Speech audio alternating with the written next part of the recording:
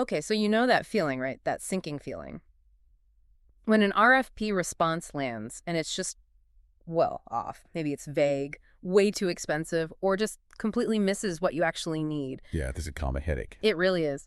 For procurement professionals, I think sometimes jumping straight into writing that request for proposal, it just leads to these kinds of frustrating results. hmm So today we're diving into a step that's often maybe overlooked, but it could really change the game, setting you up for success right from the start. We're talking about making the whole procurement process sharper, much more effective. Exactly. How do we do that? Well, our deep dive today is all about an essential tool, one that's maybe underestimated sometimes, Mm-hmm.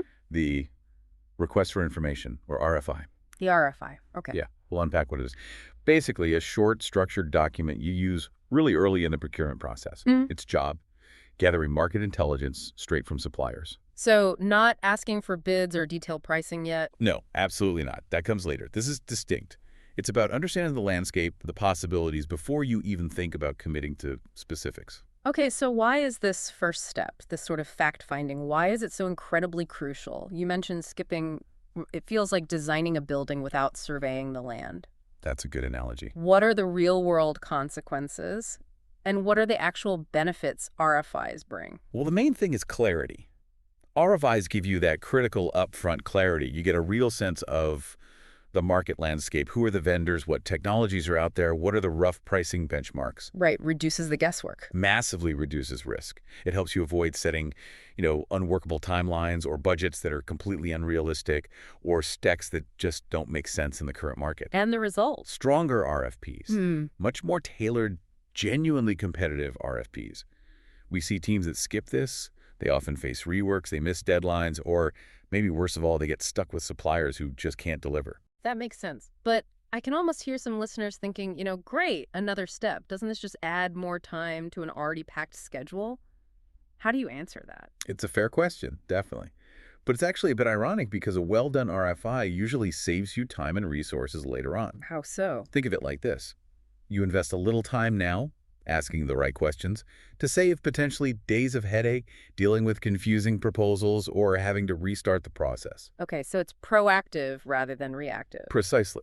And it's not just about avoiding problems. A really effective RFI can uncover new market trends, maybe even disruptive solutions you hadn't even considered.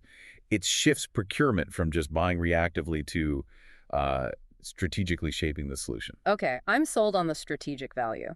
But when is an RFI really your best friend? And when might it be overkill? You wouldn't use it for everything, presumably. No, definitely not for everything. For your standard, low-complexity buys, like, say, routine office supplies, you probably don't need an RFI. You might go straight to an RFP or maybe even just a request for, quote, an RFQ if you already know the suppliers and just need pricing. So where does it shine? It's essential whenever there's uncertainty or complexity.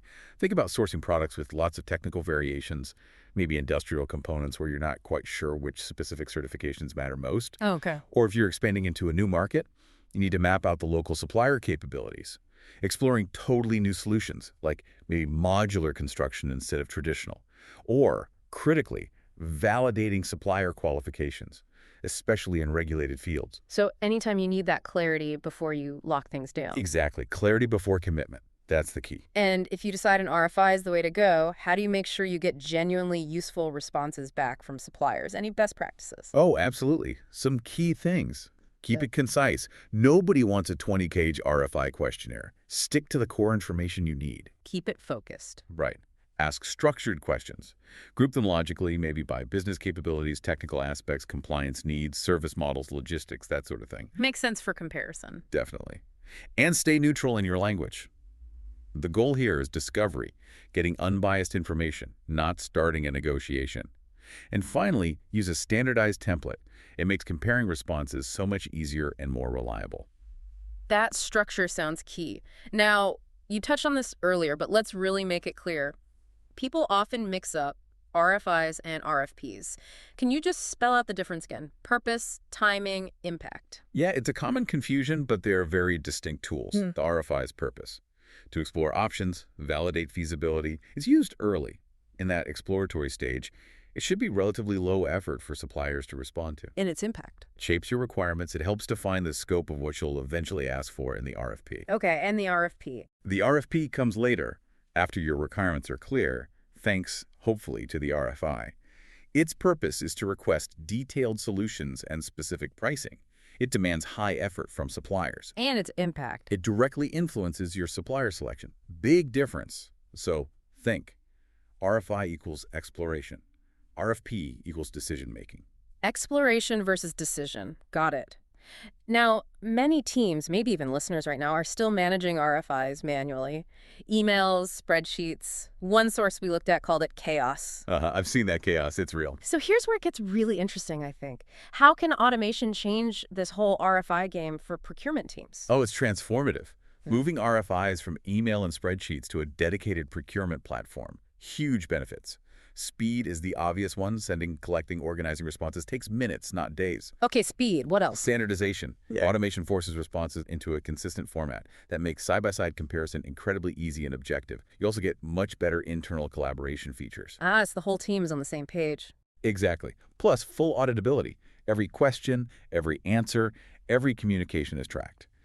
And then there's seamless integration. The data you gather in the RFI flows directly into setting up your RFP. So platforms like Prokuria, which came up in our research. Yeah, platforms like that often provide ready-made templates, automated workflows, those collaboration tools we mentioned.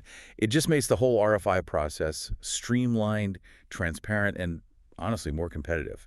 That really paints a picture of moving from manual struggle to strategic efficiency. Yep. What a deep dive. It's crystal clear that putting that time into a solid RFI foundation isn't just like a nice to have. No, not at all. It seems like a strategic must-do for a smarter, more competitive procurement process overall. Absolutely right.